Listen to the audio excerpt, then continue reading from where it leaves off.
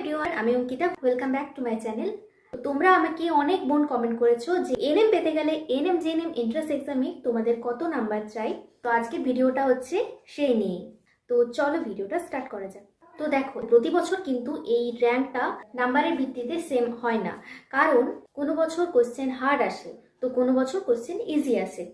তো যে ইয়ারে কোশ্চেন হার্ড আসলো সেই ইয়ারে ধরো তোমাদের প্রায় সবারই এক্সাম মোটামুটি খারাপ হবে বা মোটামুটি হবে, তখন নাম্বারও তোমাদের কম হবে এবং র্যাঙ্কও তখন তোমাদের কম আসবে। আর যে বছর কোশ্চেন ইজি আসবে ধরো, তো সেই বছর এক্সাম সবারই ভালো হবে, নাম্বারও সবারই বেশি আসবে এবং র্যাঙ্কও তখন তোমাদের বেশি আসবে। ধরো যে বছর কোশ্চেন হার্ড এসছে সে বছর তোমাদের 70 মার্কস জেনারেলদের র্যাঙ্ক হচ্ছে 1000, আমি ধরছি। আর যে বছর কোশ্চেন ধরো ইজি এসছে, তো সে বছর জেনারেলদের 80 মার্কসে হচ্ছে 1000 র্যাঙ্ক। তো এভাবে কোশ্চেনের উপরে কিন্তু র্যাঙ্কটা ডিপেন্ড করে। তাই এভাবে শিওরলি বলা যায় না যে এই নাম্বার পেলেই তুমি একটা গভর্নমেন্ট কলেজ পাবে। আর দেখো, টার্গেট নাম্বার যেটা রাখবে তার থেকে কিছু মার্কস হলেও তোমরা কম পাবে, তাই টার্গেট একটু বেশি রাখারই চেষ্টা করবে। তো আমি অ্যাপ্রক্স